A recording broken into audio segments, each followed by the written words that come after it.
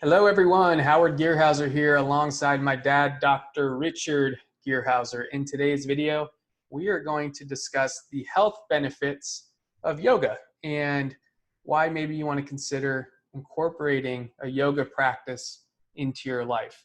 Now, for me, yoga was something I always thought of as more of a stretching and flexibility and maybe a detox, but there's a lot more to yoga, and the science, which is pretty incredible, is revealing a lot of these health benefits that yoga has. So it's not just a spiritual or religious thing, although those are great, and we encourage you to practice your spirituality, but there's a lot of health benefits in terms of your mind and body as well. So Dad, can you give us a little bit of a background on what the latest research is showing in terms of health benefits from yoga? Okay, well, if we discuss biomedical research, unfortunately, simple things that don't cost a lot of money or things that aren't drug related aren't studied adequately, and especially when it's something that has kind of spiritual connotations. It's something that typically isn't studied that much. And if you look at the yoga research over the past 30 years, there's not too much, and most of the studies are done by kind of quasi scientists. They're really not hardcore scientists, like you might get studying cancer or something. So the studies tend to be poorly funded, so they're small, very few subjects in the studies. So really, the science doesn't give us good hints about, is this really true? And that's why you can get all these skeptics out there, the medical doctors saying, no, don't recommend yoga. There's no proof that it works, and so you hear that, and, that's true. In their biomedical model, the way they do research, the data is limited, and it would be hard to say, oh yes, you should do that, versus, oh, you take this pill, you'll get 20% of people will feel better. Their knee won't hurt as bad. That's easy to quantify. Yoga's harder to quantify. But I would go back to Dean Ornish. So Dean Ornish, he pushes the plant-based diet, and about 30 years ago, I think not quite 30 years ago, he did this study where he goes, well, I believe that we can prevent heart attacks and even reverse coronary disease by doing a holistic program of meditation and yoga and a vegan diet and these various things. And to make a long story short, it worked. That program worked. Now, could you pick out yoga and say that yoga was the critical factor? No. But as we progress along, especially recently, there has been more money. The National Institutes of Health now is supporting yoga research. Harvard University has a research center that is doing research on yoga, Duke University, and then there's these yoga-related foundations that are funding studies. So we're getting a lot more studies, and we can say that's good or bad. That's kind of your perspective on it. So looking at some of this latest research, what are we finding? What are these research institutes finding specifically about yoga? What's it doing to our body, doing to our mind?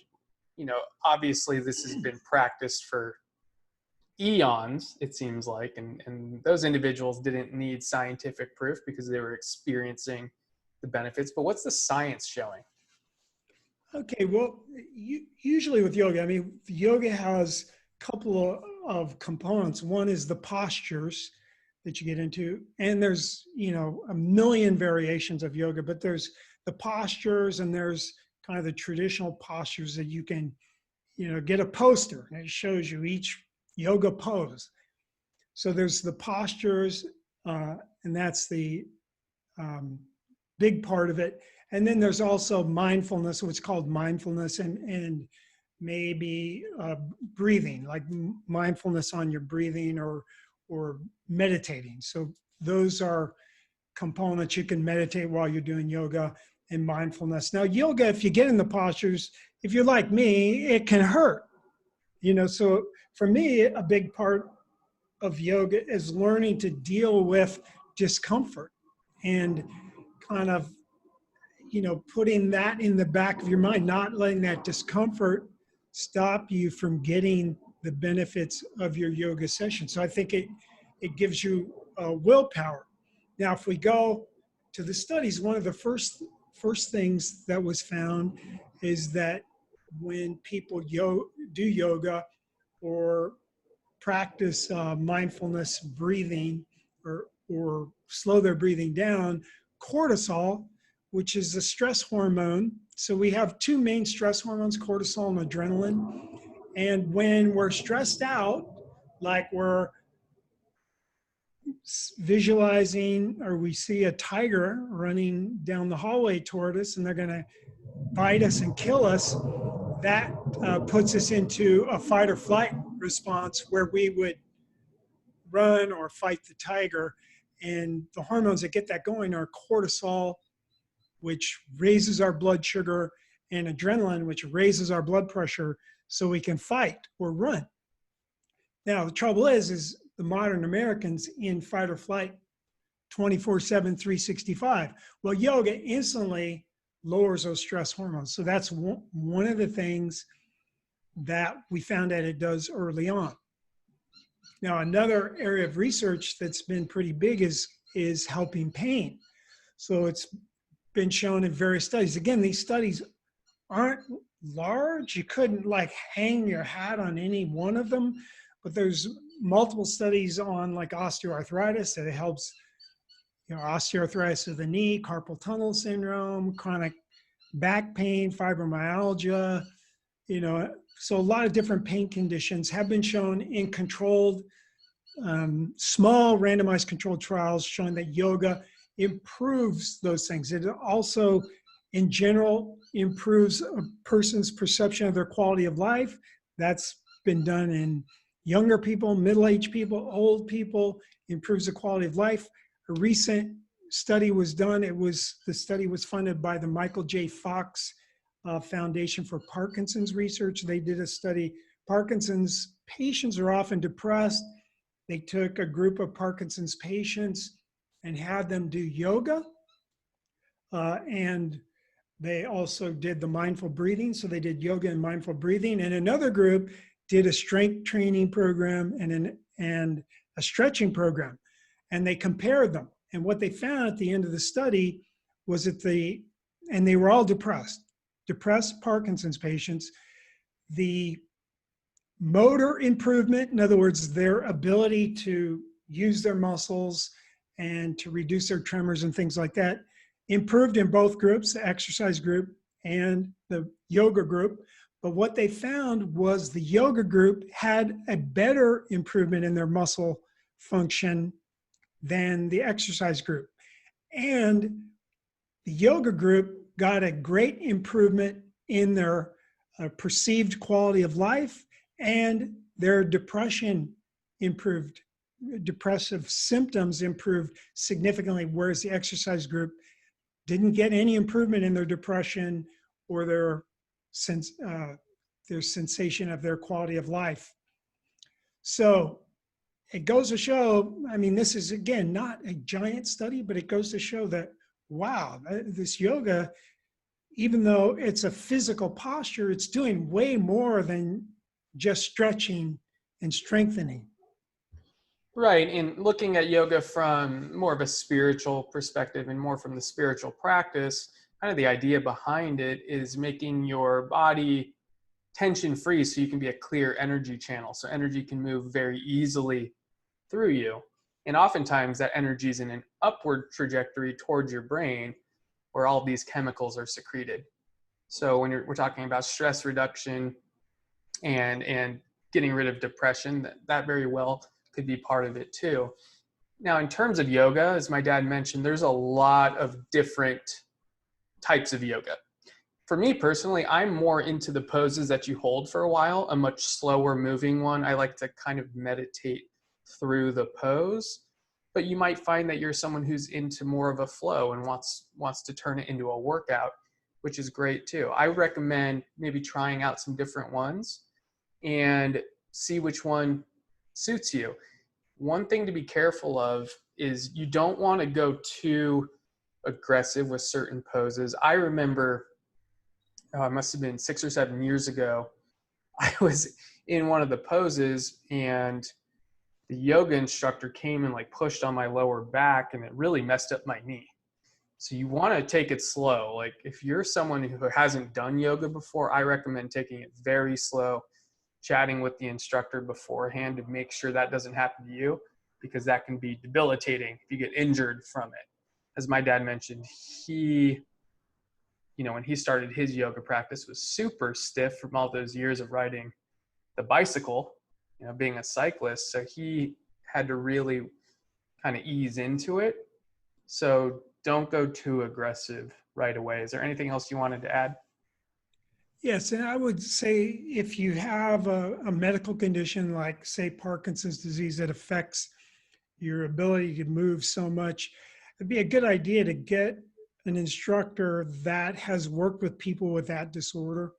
So I would, in those situations, I would definitely do that. And if you have a brittle medical condition, I would get your doctors okay, especially if you're going to be standing on your head for an hour. Make sure your doctor doesn't think that would be bad for your cerebral aneurysm that you have. So getting okay if there's something musculoskeletally or physically that could be a problem during yoga. Sometimes a local fitness center, most fitness centers these days have yoga classes. And of course, if you're just beginning, I would start with a beginning and a gentle yoga, and then it's easy to progress and push your poses further. But like I say, if you try to push it further and you're beginning and you throw your back out, or cause some other problem, or you have a lot of pain the next day, and you're going to quit, and then it does you no good at all. So yeah, start slow and try to do it. In most of the studies, it shows that doing it 2 times a week is adequate to get the benefits.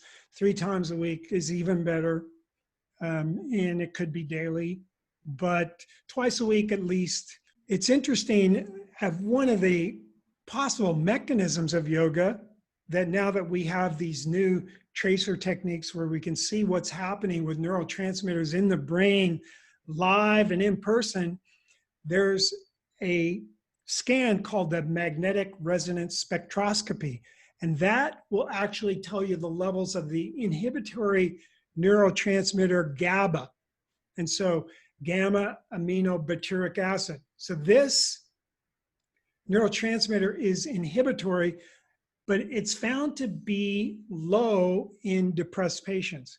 So they did a study where they took depressed patients and tested their GABA levels before doing a 12-week yoga program and then after. And what they found is their GABA levels normalize during this 12-week interval of beginning a yoga practice.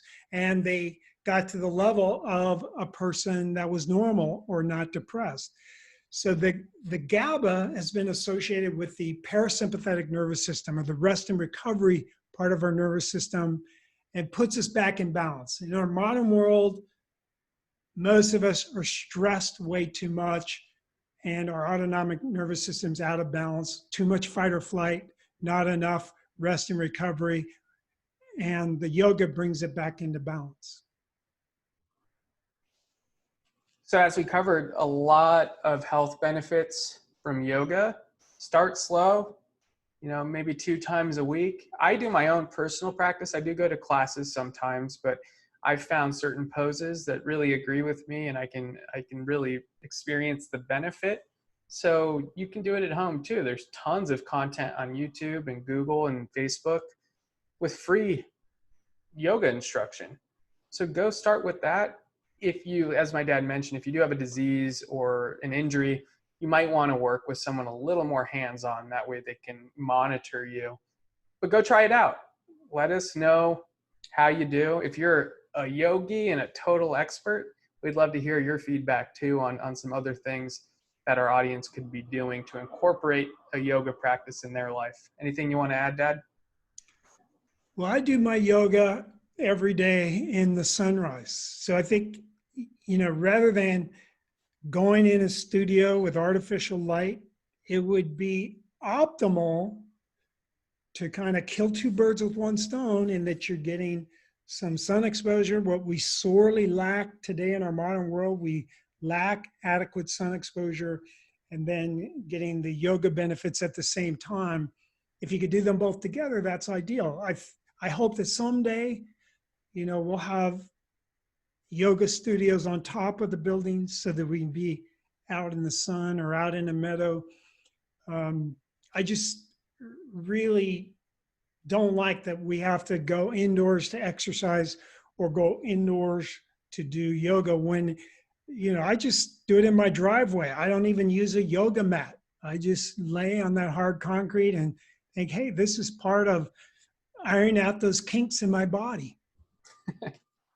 And you could still use a yoga mat. You don't need to be that extreme. A good point too about doing yoga outside. There's an app called Meetup that has a lot of outdoor yoga where people just get together, go to a local park and do it. That might be a fun way for you to do it as well. If you want to get outside and get the benefits of being out in nature combined with the benefits of yoga, that can be a really healthy thing to do. So go give that a try, and make sure to go check out our channel too. We have tons of new content on all of the different things you can be doing to optimize your mind, body, and spirit. And we do this using nature, science, and ancient wisdom. So go check those out. If you like this, please subscribe, and we will see you on the next episode. Thanks, Dad. Thank you.